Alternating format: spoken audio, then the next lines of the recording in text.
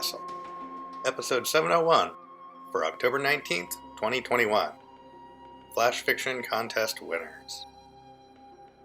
Rated PG.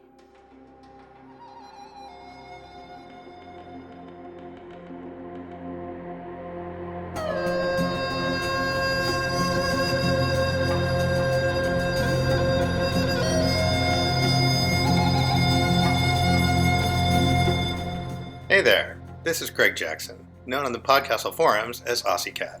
I'm the forum moderator and also an associate editor.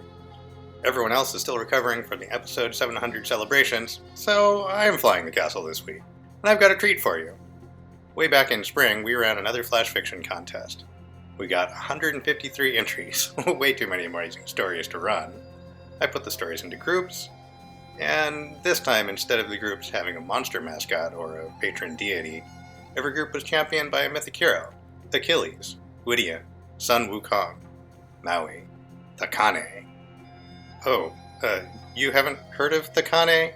She was just an African princess who slayed some dragons for her lazy brothers. No big deal. I could go on forever, but I should get to our first story, Catch, by Ellie Chua. Ellie Chua hails from Singapore. She works for a botanical attraction and writes when she's not replying to emails within 7 working days. She is the 2019 Singapore Unbound Fellow for New York City and a member of a local writing collective.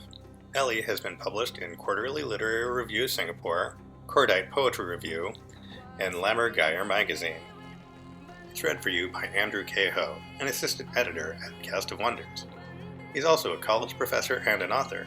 His stories have appeared in Cast of Wonders, Diabolical Plots, Highlights for Children, and other venues. Enjoy the first story. Catch by Ali Chua. Narrated by Andrew K. Ho. "There's a monster under my bed," my son said, stifling his yawn. I looked at Timmy, his sleepy eyes hidden beneath a mop of messy hair. I ruffled his head and nodded. "I'm sure." "It keeps kicking my bed at night, Dad. He wants to play." "Oh yeah? Is that why you're yawning?" Timmy shrugged. "Sometimes I throw paper balls for him to catch." I thought about the crumpled paper balls I had seen in his room recently. "Well, tell him I don't like messy rooms." Miss L pulled me to one side when I picked Timmy up that afternoon. "He's been sleeping in class," she said. I messaged my friends for advice on the ride home. I did not tell my mom. News of Timmy not sleeping was sure to get back to Lena. "Tire him out," a friend suggested. So that evening, I gave Timmy free rein at the playground. He clambered up the tubes like he was immune to gravity. He ran across the bridge so many times, I was sure he left grooves. I dissuaded him from jumping off the swing. When we got home, I was exhausted. Timmy showed me a drawing he'd done in class. A crayon-outlined bed, and beneath it, a circular mass of squiggles with 2 bulbous eyes. It was eating an ice cream cone. I decided to sleep in Timmy's room that night. I read to Timmy and watched as his eyelids turned droopy. When he was asleep, I retired to my makeshift bed. I was almost asleep when I heard an unmistakable thud. It came from the gap below the bed. I jolted upright, listening hard. No other sound except for the ticking alarm clock. My heart was pounding. Was I mistaken? Then, a crumpled ball shot out, rolling to a stop near my feet. There was a scrambling sound, and another thump, and this time my son was roused from his sleep. He looked at me groggily. "Dad?" I moved. I took a tennis racket from Timmy's closet. I swept the racket below the bed. Nothing there but dust. I heard what sounded like whimpering. The following night, Timmy slept in my room, and I took his room instead. I waited for ages, but the room remained silent. Finally, I climbed down onto the floor. I looked under Timmy's bed and threw a paper ball in. Nothing happened for a few seconds. Then there was a scrambling sound, and the ball shot out onto my lap. On the third night, I brought Timmy back to his bedroom. When he fell asleep, I sat down and played catch with the crevasse beneath his bed. After a while, the balls stopped rolling back. If I listened hard, I could hear 2 sets of snoring. I set a sandwich underneath the bed before I left the room. Ice cream was not a healthy snack, even for monsters under the bed. The plate was empty the next day, with a curious layer of dust.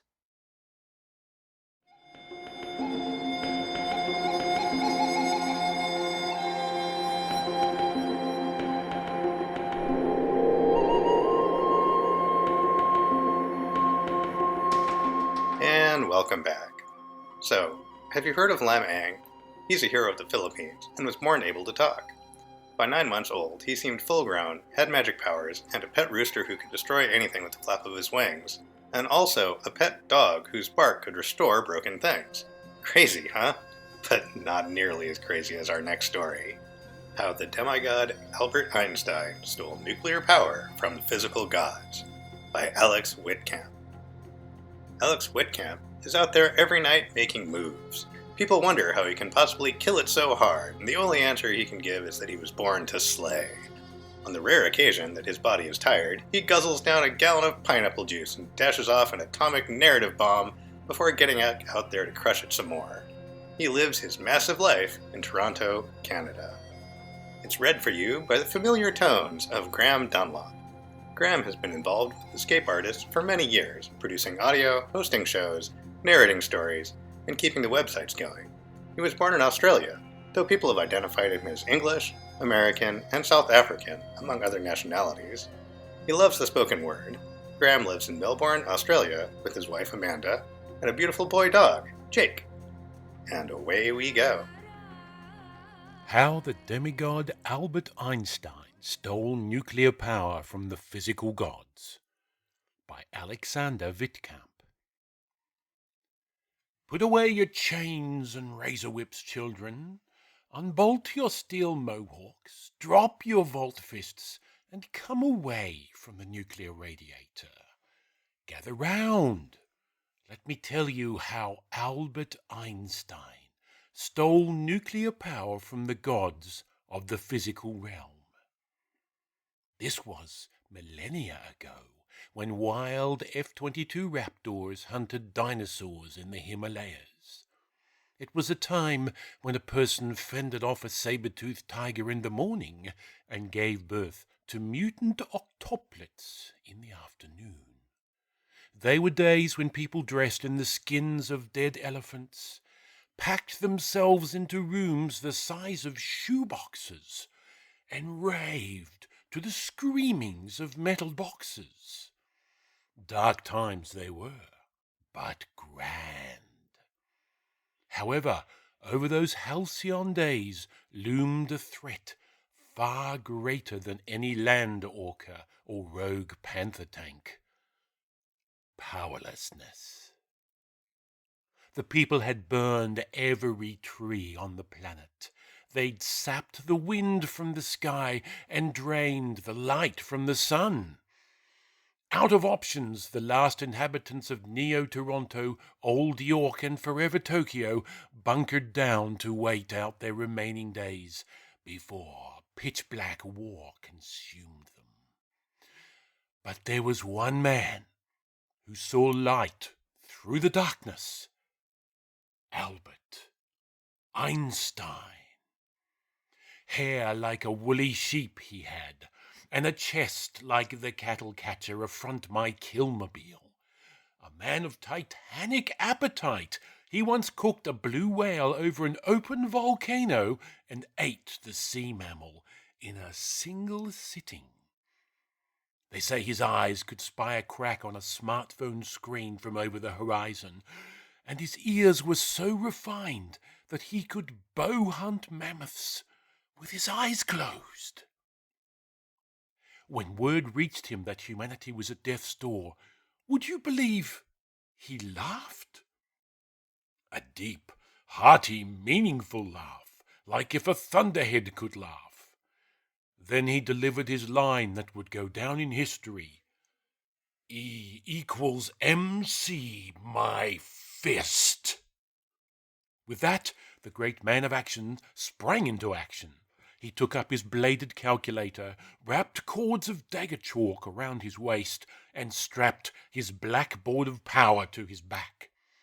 Thus equipped, he called upon the spirits of those mighty warriors of old, the White Wolf Mary Curry, Ryman of the Double-Fisted Peril, and the Cyborg Hawking, to come to his aid. Together they travelled through a rent in reality's veil to the upside-down madness of the physical realm. There they clashed with the physical gods. The Cyborg Hawking laid cover fire on Brownie in motion. The White Wolf bit magnetism in half, and Ryman double-handedly pummeled the quantum uncertainty principle into quivering probability mass. Alone, Albert Einstein descended to the physical core.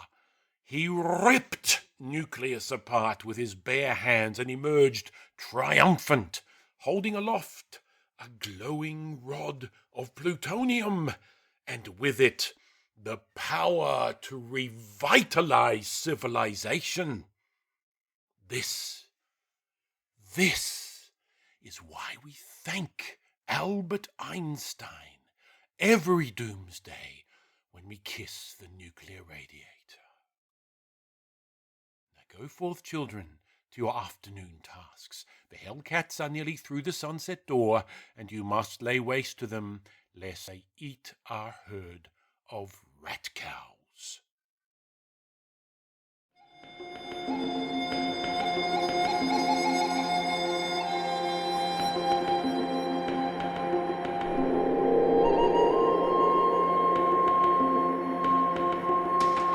Oh, wow, I just love that.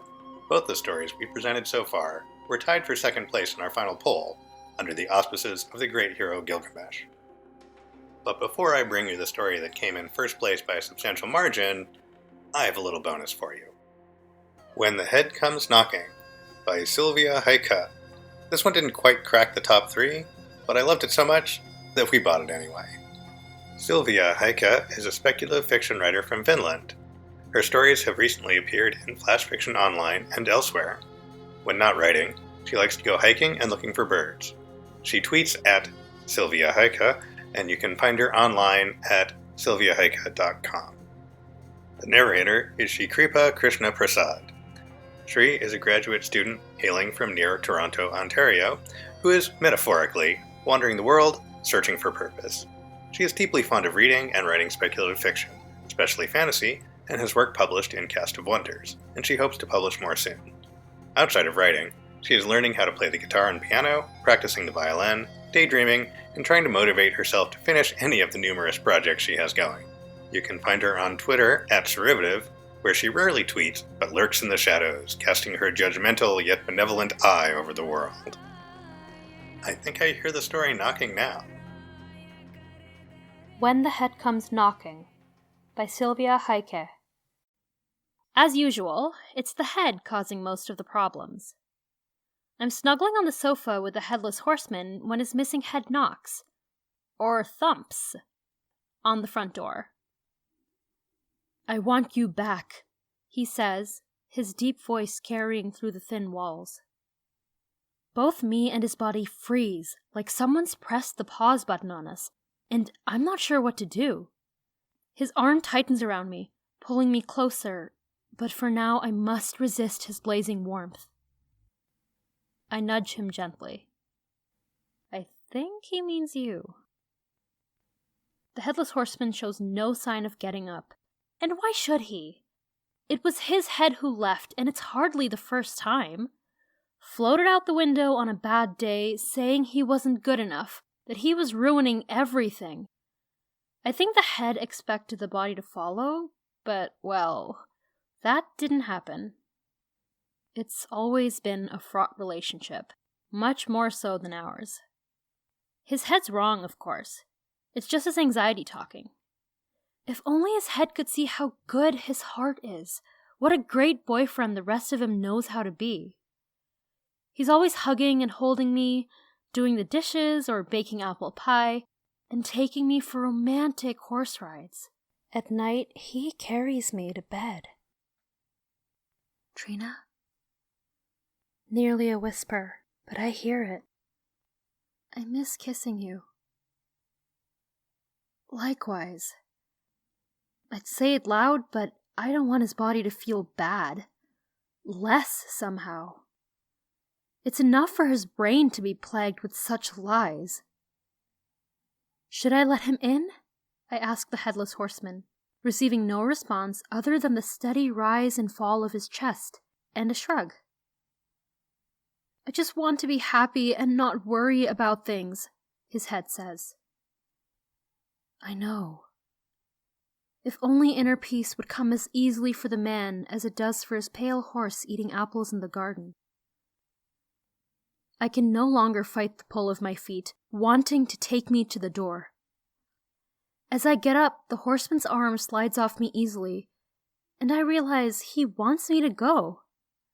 His heart holds no grudges, forgives as easily as it loves. I'm sorry, the head behind the door says, sounding eternally tired. For disappearing like that. It didn't help anything. I'm back now, if you'll have me. When I open the door, his floating head can't find the words in his mouth. As he tries to speak, I hold a finger to his lips. Shh.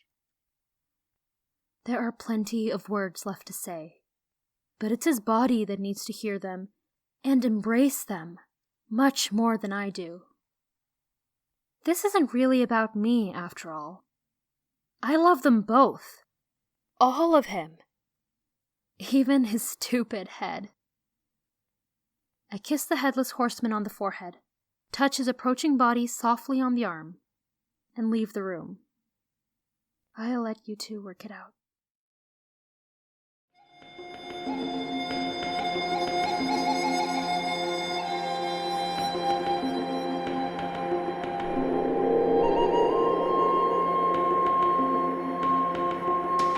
And welcome back. Hey, I have another hero for you. Momotaro, whose story starts when an old Japanese couple found a giant peach floating down the river. Inside the peach was a baby boy, who they raised as their own. He went on to defeat a band of monstrous oni, with the assistance of some of his mother's delicious dumplings. Actually, parenthood was a persistent theme in the contest entries. 2 entries in the finals even featured little girls named Abby. Our final story was one of those. Abby's T-Rex, by Drew Chernick. Drew lives in Ottawa, Canada. This is his 3rd Escape Artist Flash Fiction contest win, having been among the winners of previous Pseudopod and Escape Pod contests. When he's not working on his next contest entry, Drew can be found exploring Ottawa with his family. He can be found online in olivealgonquin.com, where he writes non-fiction stories about paddling in Ontario's Algonquin Provincial Park. The story is read by Lalana Dara. Lalana is a Thai-American, was born in New York, and spent 20-plus years in the life sciences and information technology. She is a gamer girl, a foodie, and a wanderer, usually not lost. She is also known as Piper J. Drake, best-selling author of romantic suspense, paranormal romance, science fiction, and fantasy. Enjoy the final story. Abby's T-Rex by Drew Chernick. Read by Lalana Dara. There's a T-Rex stalking me. I keep catching glimpses of it from the corner of my eye. It's trying to hide behind a houseplant, but there's only so much cover a dying ficus will give you. I'm ignoring it. Sometimes they disappear before they... Nope, not this time. It's racing across the carpet towards me. Well, racing might be optimistic. One of its legs is shorter than the other, so it's kind of hobbling. I watch it, wondering what it plans when it catches me. It's not quite 2 inches tall, and its mouth is stuck halfway open. I can't see any teeth in there. Maybe it's going to gum my shin to death? Abby, I call upstairs. Are you drawing dinosaurs again? There's a long silence. I know she heard me. Abby, I call again. I thought we agreed. We only do dinosaurs with the outside chalk. There's a sound like a toilet hiccuping, and now there's a black spot on the carpet by the T-Rex. Smoke curls from the singed fibers. Oh, she's figured out fire. That mark isn't going to come out. Abby, come here. The T-Rex has reached me. It's headbutting my ankle and squeaking angrily. Small feet thunder down the stairs, and then Abby's in the doorway. Sorry, Mom. She's clutching a piece of green construction paper with a drawing of the T-Rex on it. She looks too gleeful to actually be sorry.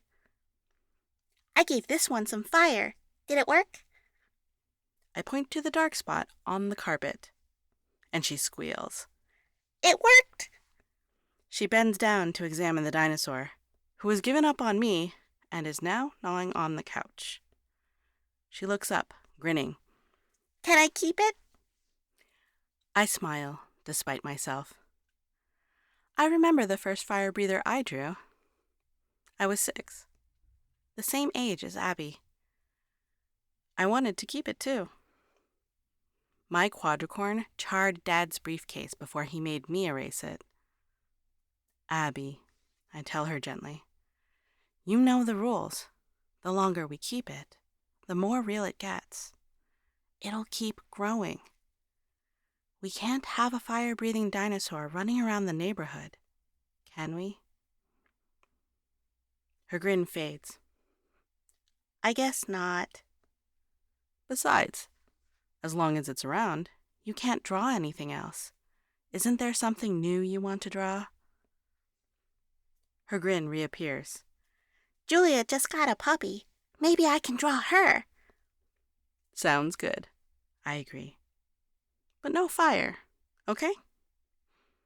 Her shoulders slump, but she nods. Okay, Mom. She unceremoniously rips the paper in half, and the T-Rex disappears with a small pop.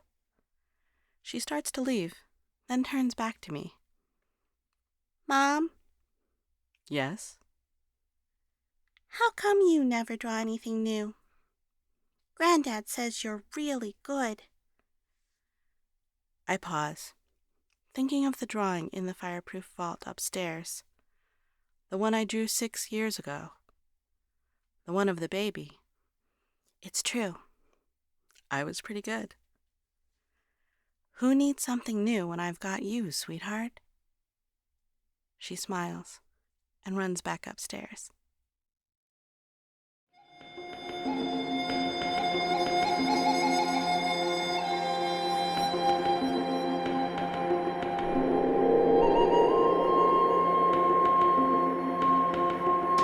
As swift as mighty Atalanta, our time is coming to a close. If you want to go read about her and many other heroes, and all the amazing stories in the contest, you can go check out the EA forums. In fact, voting for the Pseudopod contest should be starting right about now, so what are you waiting for? That was our show for this week. On behalf of everyone at PodCastle, thanks for letting us share another story with you. Be sure to share this episode with your friends, reach out to us on social media, and if you'd like to keep up with all Escape Artist podcasts, head to patreon.com/EAPodcast for more. PodCastle will be back next week with another tale. See you then!